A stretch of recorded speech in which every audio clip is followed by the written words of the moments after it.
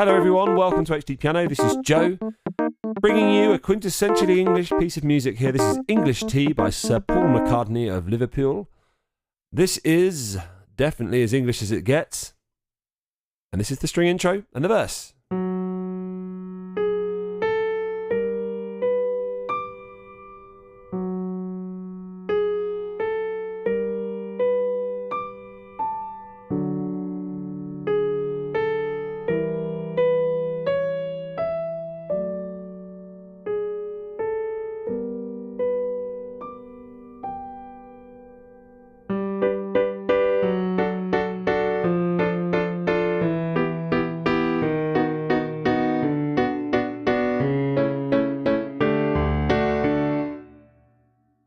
Okay, that's the first video content for you. This is middle C, G major today. So watching out for those F sharps as part of the key signature. Quick question for you. I was going to ask a question about Paul McCartney, but then I don't think he'll mind. English tea is a far more important issue to be asking questions about. All us English people, and I think we are stereotyped in this way, think that like tea is something exclusive to us. Although whenever I'm around the world, often with my tea drinking wife, she's drinking tea wherever we go, and people are drinking tea. It's not just her, everyone's on the tea, and the coffee, and the water, of course. Where in the world, seeing as you users are also international, where in the world doesn't drink tea at all? Okay, where in the world does not drink tea? Anyone got any answers? I haven't. Everywhere I've been, tea's everywhere. Anyway, this is the string intro. So we're using this lovely performance direction called rubato, which means that you can bend and stretch and contract and all those things to time. So 1, 2, 3, 4 becomes 1, 2, 3, 4. You know? Gives you a little bit of creative license over speed, which is marvellous. And is very widely used in my favourite period of classical music, the Romantic period. If you've watched any of my classical performances on this channel, you'll see I love a bit of that. Anyway, this is the opening bar. So we go chromatic in the melody from beat 3 all the way to beat 2 in the next bar, and then a 10th to D up here. So 1, 2, 3, 4, 1, 2, 3. That's it. Let's move on, because the next bar is very similar.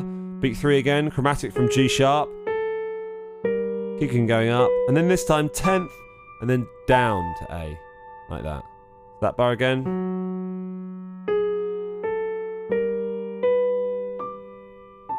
Obviously this is supposed to be played on a stringed instrument, of which the piano is not.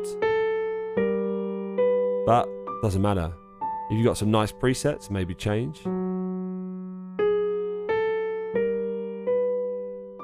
Next bar. 3rd of D. 3rd of E. And an extension of our melody. So chromatic again with our 3rd of D from beat 3, beat 4. Chromatic with our 3rd of E. It's no longer chromatic after the B. Our chord at the first bit of this is D. And then C sharp diminished 7. Okay, so it's playing like the notes of a diminished chord. 3rd, 5th, root note of course.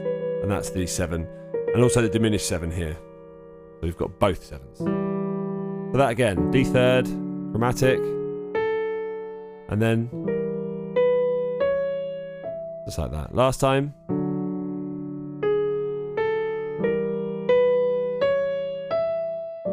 Then this.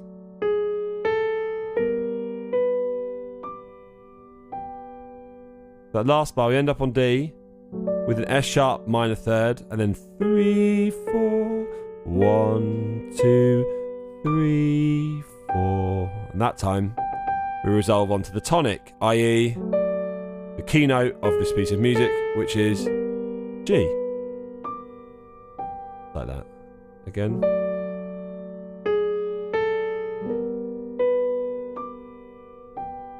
Let me do this.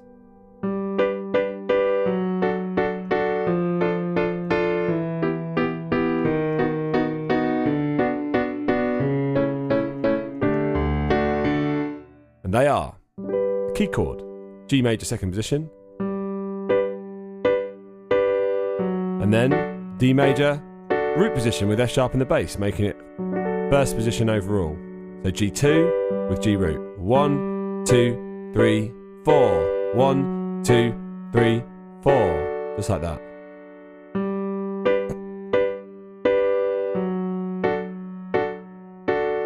Okay. Again, those 2 bars.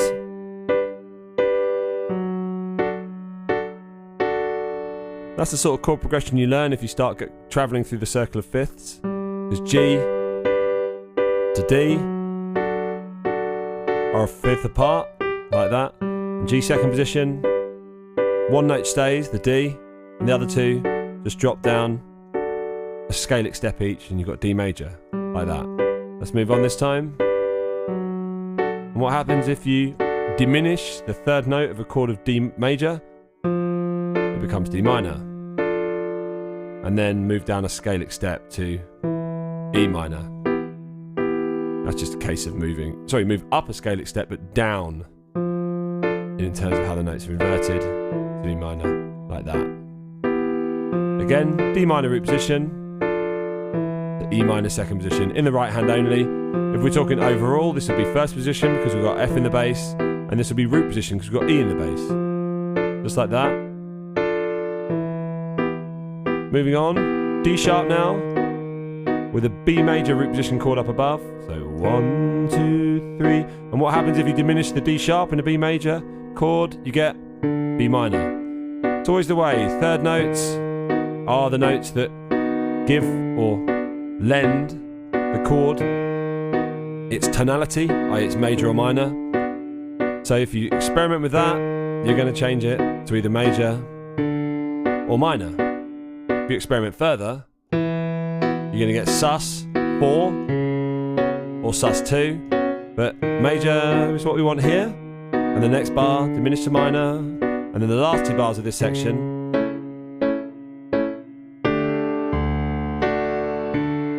I love the way that D chord comes in at the end. So that's the C sharp with A major root position on the bass, on the top,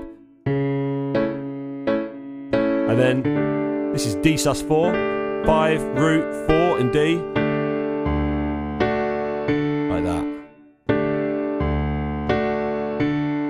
1, 2, 3, 4, just like that. Octaves of D on beat 1, 2, and 4, like that. 1, 2, 3, 4, just like that. And that's that section. Quite simple, this piece of music, but that's always a nice thing. So one last thing about those chords: staccato, staccato, tenuto. So very short, held. Very short, held. Very short, held. You get the idea. You get that an awful lot. Okay, let's hear it again. Here we go. 1, 2, 1, 2.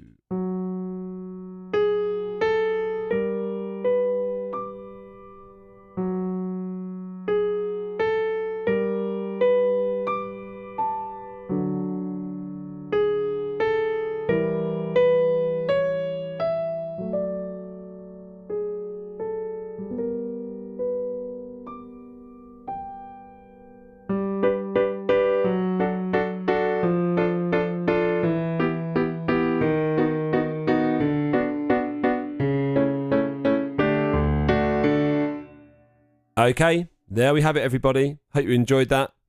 I certainly did. Lovely little piece of music. Where in the world doesn't drink tea? And don't bother saying, like, Antarctica. Oh, you can say that if you want. I'm sure they've got tea down there anyway.